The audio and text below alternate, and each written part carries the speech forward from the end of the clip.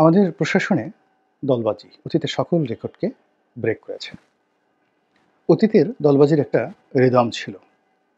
একটা সূত্র, অঙ্কের একটা সূত্র সেখানে পালন করা হতো।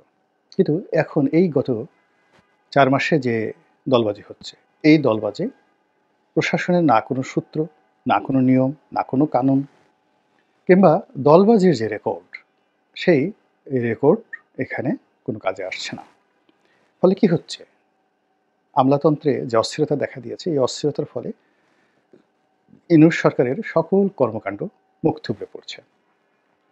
আর দলীয় পরিষেবা ব্যবহার করে রাতারাতি যারা ২টো, ৩টে, ৪টে প্রমোশন নিয়ে একেবারে গেড়ে বসেছেন, তারা দলের জন্য, দলের নেতাকর্মীর জন্য কিংবা যাদের দ্বারা তারা ক্ষতিগ্রস্ত হয়েছেন তাদের বিরুদ্ধে এমন কোনো কর্মকাণ্ড করেছেন গত ৪ মাসে, এটা সিঙ্গেল নজির নেই। যেমন ধরুন পুলিশের কথাই ধরি। এখন পুলিশে আওয়ামী লীগের যে সকল কালপ্রিট ছিলেন, তারা তো অনেকে পালিয়ে গেছেন। আর মেজো কালপিট, ছোট কালপিট তারা ভুল পাল্টে এই সময়টাতে বর্তমান জমানার সঙ্গে তারা মিলেমিশে গেছেন এবং নেপথ্যে ১-২ কোটি নয়, কত হাজার কোটি টাকার লেনদেন হয়েছে, এটার খোঁজখবর আপনারা নিতে পারেন। জাস্ট একটা ছোট উদাহরণ দিই। আওয়ামী লীগ জমানাতে যদি ঢাকার একটা গুরুত্বপূর্ণ থানার ওসি পদে নিয়োগ লাভ করতে হতো, দেখুন তো এটা কয় কোটি টাকা লাগে। কিংবা সীমান্ত কতগুলো জায়গা আছে, যেমন কক্সবাজারের ওসি, সদর থানার ওসি, টেকনাফের ওসি, তারপর সেই ভোমরা স্থলবন্দরের ওসি, তারপর বেনাপোল থানার ওসি। এই ওসিগুলো পোস্টিং পেতে কত কোটি টাকা লেনদেন হতো। এখন এই সময়টাতে যে এই নিয়োগ বদলিগুলো হচ্ছে, এগুলো কি ফেরেশতা জিবরাইলের হুকুমে হচ্ছে নাকি আজরাইলের হুকুমে হচ্ছে? এখানে কি লেনদেন হচ্ছে না? ২ নম্বর হলো যে আপনি কতজন মানুষকে বাদ দিয়েছেন? আওয়ামী লীগের সবাই তো তখন জয় বাংলার বলেছে এবং আওয়ামী লীগ শেখ হাসিনার জমানাতে পুলিশে একটা সিঙ্গেল লোক ছিল না যারা বঙ্গবন্ধুকে আব্বা ডাকেনি, যারা শেখ হাসিনাকে আম্মা ডাকেনি, যারা নরেন্দ্র মোদীকে আব্বা ডাকেনি, ভারতকে যারা আব্বা ডাকেনি, এইরকম কোনো লোক ওই জমানাতে কে পোস্টে মানে বড় বড় পোস্টে ছিল, এরকম কোনো লোক খুঁজে পাবেন না। তারা বঙ্গবন্ধুর কবিতা শুনে কাঁদত, অসমাপ্ত আত্মজীবনী পড়ে পড়ে তারা বুক ভাসাতো এবং কবে কোন জমানাতে ছাত্রলীগ করেছে, নিজে না করলে তার বাপ কবে করেছে, কোন কোন মুক্তিযোদ্ধার সাথে তার সম্পর্ক আছে, তার বাবা মানে ১০ বছর বয়সে কীভাবে মুক্তিযুদ্ধ করেছে, এই সকল গল্প করে ফাটিয়ে ফেলতো। সেই লোকগুলো এখন কোথায় বলেন তো? এবং সেই লোকগুলো এখন যেখানে আছে সেখানে কি তারা এমনি এমনি আছে? টাকা পয়সার লেনদেন হয়নি কিছু? কারা করছে এই লেনদেনগুলো? এটা একটা প্রশ্ন। ২ নম্বর হলো যে যাদেরকে আনা হয়েছে, হাতে গোনা কয়েকজন খুবই ভালো কর্মকর্তা, যেমন পুলিশের আইজি, ঢাকা মেট্রোপলিটন পুলিশের যিনি কমিশনার হিসেবে এসেছেন, ইতিমধ্যেই তাদের কথা, তাদের কর্মকাণ্ড জনগণের দৃষ্টি আকর্ষণ হয়েছে। It's nice and fantastic. কিন্তু সিভিল অ্যাডমিনিস্ট্রেশন থেকে শুরু করে অন্য জায়গাতে, এমনকি পুলিশে অনেকগুলো নিয়োগ হয়েছে, বদলি হয়েছে, শত শত হাজার হাজার নিয়োগ বদলি হয়েছে এই সময়ের মধ্যে, ইনক্লুডিং উচ্চ আদালতে। তাদের সম্পর্কে আপনি কী বলবেন বলেন তো? আচ্ছা, একজন লোক গত ১৫ বছর যাবৎ তিনি সিনিয়র সহকারী সচিব হিসেবে দায়িত্ব পালন করেছেন এবং একটা অড জায়গাতে তাকে আওয়ামী লীগ ফেলে রাখা হয়েছিল। এর কারণ হলো তিনি একেবারে খুবই নিম্নমানের, বাজে মানের একজন বিএনপির কর্মী ছিলেন এবং বিএনপির দালালি করতে করতে তার চোখে মুখে একেবারে ধানের শীষ, মানে ২০০৯-১০ সনে এমনভাবে পথ করে উঠছিল যে আওয়ামী লীগ সরকার এসে প্রথমে ওকে টার্গেট করে ওকে অফ করে রাখে।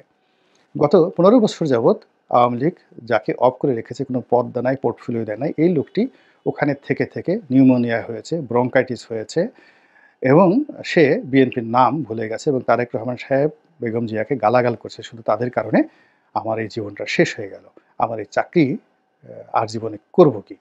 সে আওয়ামী লীগকে আব্বা ডাকার জন্য, শেখ হাসিনাকে মা ডাকার জন্য চেষ্টা করেছে, কিন্তু এইরকম অপদার্থ, এইরকম দলবাস লোককে আওয়ামী লীগ নিতে চায়নি।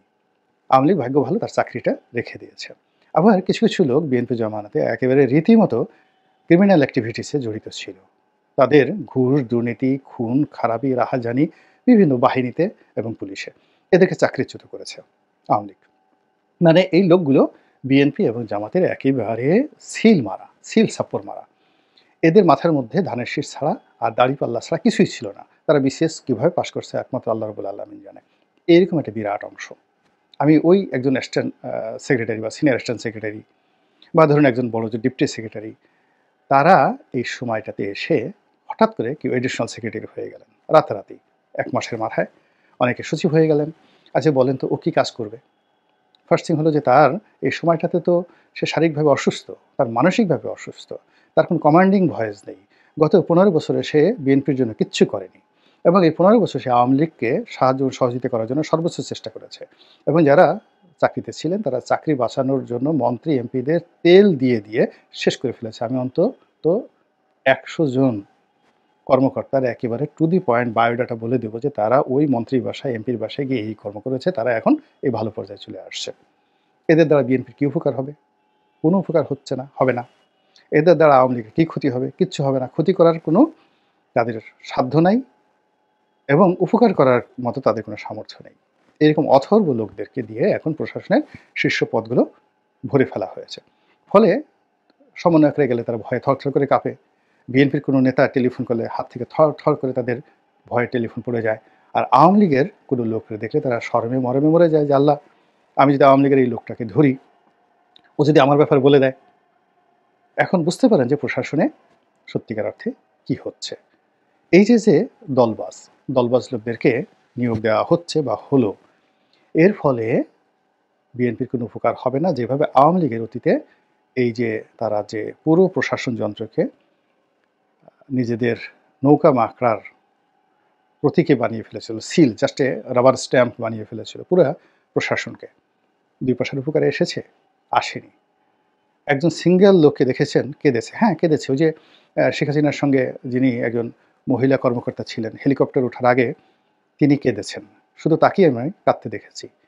আর এই যে এত মানুষ যারা এই ১৫ বছর ধরে শেখ হাসিনার রক্ত ক্যান্সারের মতো শুষে খেয়েছে, যারা ১৫ বছর ধরে এই জাতির সমস্ত অর্থবিত্ত তারা ঘুষ দুর্নীতির নামে তারা একেবারে লেহন করে খেয়েছে, ব্যাংক লুট করেছে, বিমা লুট করেছে, রাজুকের প্লট বাগিয়ে নিয়েছে, তারপরে শেষে কি না করেছে, দেশে বিদেশে বেগম পাড়াতে সম্পদের পাহাড় গড়ে তুলেছে। একটা সিঙ্গেল লোক খুঁজে বের করেন তো প্রশাসনে যারা বলেছে যে আমি আওয়ামী লীগ করতাম, যে শাস্তি হয় হোক, আমি চাকরি থেকে রিজাইন করলাম, অথবা আমার কোনো আফসোস নেই, এরকম একটা সিঙ্গেল লোক দেখেন। অথবা কেউ জয় বাংলা, বঙ্গবন্ধু, ওই যে একটা তাবাস্সুম, ও তো জাস্ট চাকরিতে জয়েন করেছে। তো তাবাস্সুম নামে যে মেয়েটা সবেমাত্র জয়েন করেছে, ও আওয়ামী লীগের পেয়েছেটা কি? ওর মতো ২-৪ জন একেবারে অতি আবেগী, অবিবেচক সেই লোকগুলো জয় বাংলা বলে শেখ হাসিনার কথা বলে চাকরি হারিয়ে ফেলেছে। কিন্তু সচিব পদে আছে, এডিশনাল সচিব পদে আছে, ডিআইজি পদে আছে, এডিশনাল আইজি পদে আছে। একজন লোকের মুখ দিয়ে জয় বাংলার নাম শুনেছেন? কিংবা জয় বাংলার একজন লোককে ধরেছে? কিংবা কি করেছে? সব মিলিয়ে কেমন যেন একটা জগা খিচুড়ি হয়ে গেছে। আপনি চিন্তা করুন যে বিজ্ঞানে একটা কথা আছে, প্রতি